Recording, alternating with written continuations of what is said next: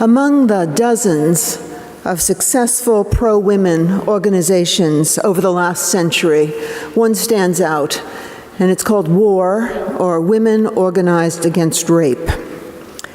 Before it existed, hospitals and police officers and ambulance drivers blamed a woman who sought help after she was raped.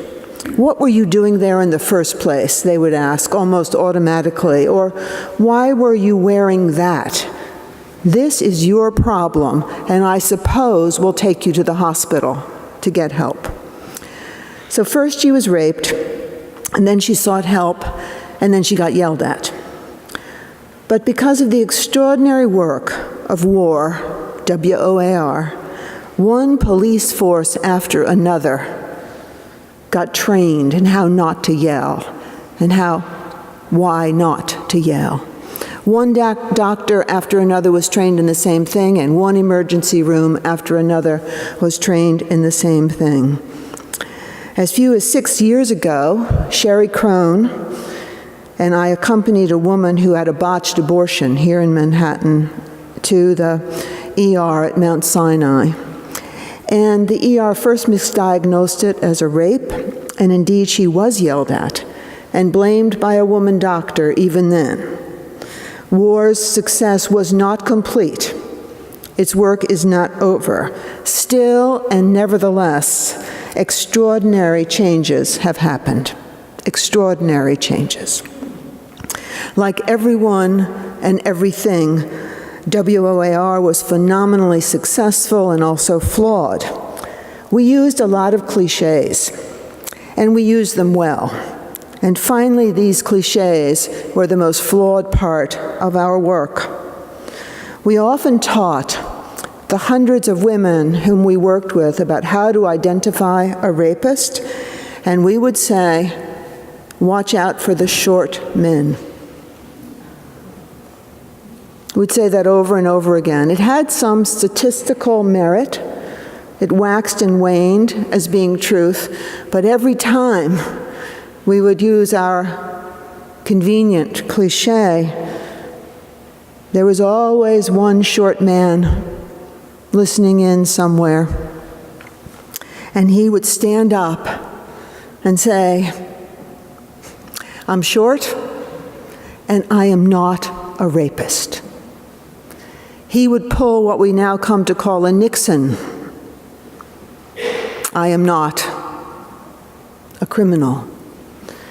But it was our cliche that would evoke this necessary response. See, every time you say anything about everybody, you get in trouble. That's what's wrong with cliches. People, like birds of a feather, don't like to be generalized. We just don't like it. We like to be particularized. And most women, by the way, don't like to be measured by a 4 or a 6 or an 8 or a 10 or an 18 either. Most men don't like to be measured by the size of their hands or the shortness of their stature. These are insulting. They are, watch me not say it, they're almost universally insulting. Without taking away from any of the positive work that WAR did, the painstaking kind of work that actually changes things slowly over time, today I want to talk about cliches and their so-called universal claims to truth. You see, most cliches are sort of true. Do you see how I'm hedging my bets here? A short man probably does have more motivation to harm someone else than a tall man. Tall men, statistically, do better than short men on many, many measures. My mother-in-law's favorite cliche is when she's talking about premarital sex, she says, "Why buy the cow if you can already get the milk?" And I think you know what she means. I'm going to argue that most cliches are true enough to let them hang around, like social change is as slow as molasses in January before climate change, and that they are also deeply false. They're false at a level below their initial falsehood.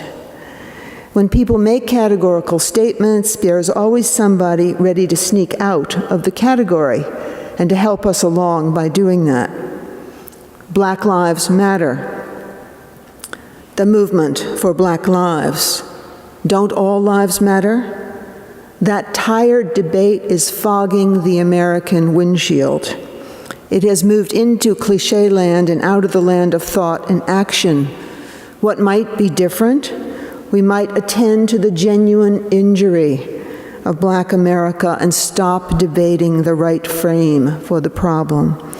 We might roll up the sleeves on our blouses and get to work on all the permission being given day by day to sexual harassment right now. It's almost like we've laid out a red carpet to certain kinds of people and say, isn't that funny to talk that way about what we do or don't want to do to women? You see, it's actually a great moment for social change, especially for women, and its root is in the loudness of the attack on women. Because the injury is getting exposed, there is a chance for change. When people fuss about the Black Lives Matter statement, we're trying to stuff the injury back into the bottle where we don't see it and therefore don't change it. We also need to beware of people who say they are short and they are not a rapist. They are also deflecting energy. That's another thing that's wrong with cliches. When we debate them for too long, we are just deflecting energy away from genuine social injury. You see, nobody is unchangeable. Better put, everybody can change, even a rapist. Born short, you can also rise to spaciousness and security. We may not be out of the woods yet, but there is light at the end of most tunnels. You're supposed to laugh at that. So enough about cliches and a little bit about Zacchaeus, or Zacchaeus. I don't really know the correct pronunciation. Zacchaeus was short. He wanted to see what was going on. He was a wealthy man, and probably, not surely, but probably a creep who hurt the people from whom he collected taxes. I love this line, because he was short, he could not see over the crowd. That's an ancillary problem, is it not? I don't know that many of us really know how to see over the crowd. It's very, very hard to see over or beyond the crowd. But we all can identify with Zacchaeus the short in that. You see, whether it's the Judson crowd, which is the best crowd in town, or the Democratic crowd, or the Republican crowd, many of us can't see beyond each other. Jesus jumped out of that, and he noticed Zacchaeus. He did not call him out as a creep. He did not suggest that he was part of a basket of creeps. He just said, Zacchaeus, come down. Again, I hope we can identify a tad bit with Zacchaeus the short. Most of us live on one shelf or another. I know I've got several shelves. That's where I put the stuff I don't know what to deal with. Last week, that shelf collapsed. There was so much I didn't know what to deal with. So I got a new shelf and took all the stuff from that shelf and put it on the other shelf. Now I have two shelves. It's the fine art of kicking the can down the road. Zacchaeus moved above and beyond the mutter. He stood up. The short man went tall. The man on the shelf took his stuff and himself off the shelf. Most remarkably, when he came off his shelf, out of his tree, he confessed and repented a sin for which he hadn't even yet been accused. He had been asked for hospitality. Jesus didn't judge him. He just said, come on, can I come to your place? And Zacchaeus was so overwhelmed by Jesus asking him for something That he said, I repent fourfold. I'm giving back 4 times what I took from people. Thereby saying, indeed, I was a creep and I took a lot from people. He confesses extravagantly. He won't just pay back his sins, sin for sin, eye for eye. He'll pay them back 4 times what they're worth. And so Jesus concludes, this man too, this man also is a son of Abraham. Zacchaeus is returned to the fold and no longer lives on a shelf, no longer lives in his wealth, and no longer lives in a tree. He lives with the rest of the people. Cliches dissolve when people find a way to return to the fold and stop muttering and puttering and staying up and outside. In that isolation on that shelf, that's where violence breeds. In isolation, inaction breeds, paralysis breeds. We don't even do the things we can do because we're grooming our muttering, puttering isolation. So perhaps you also are coming up short on your mortgage, your rent, your timesheets, or the number of hours it really takes to fill out all those forms. And if you are not coming up short on something, you are either living in another century or another country. Cutting corners is my middle name. I do too much with too little just about most of the time. But I don't do what little I can from an isolated, self-protecting tree. I do it within a community, which I understand as being the opposite of a shelf or a tree or a cliche. It's not always a warm and wonderful place, community. Sometimes it's a real pain in the neck. And it's also not always a cold, difficult place. Sometimes it's gorgeously warming. The word community needs a dusting off. Most of our big words need frequent dusting, lest they fall into the diminishment of a cliche. This week, I've been invited to dust off many cliches. My biggest learning is that, black women have extraordinary strength. You know that, right? And, thank you, Rose. And what I'm hearing when I dust off that cliche is, we're exhausted.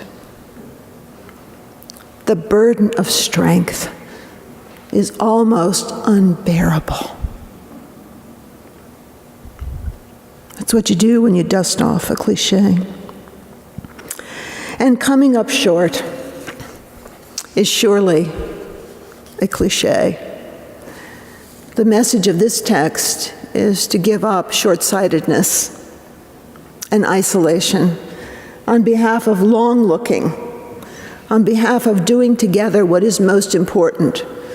For me, this season has shown me that the most important thing that I need to do is not to stop terrorism, which is really important, and not to stop racism, which is really important, and not to stop sexism, which is really important, and not to stop climate change, which is really important. And because they're all coming at us all the time.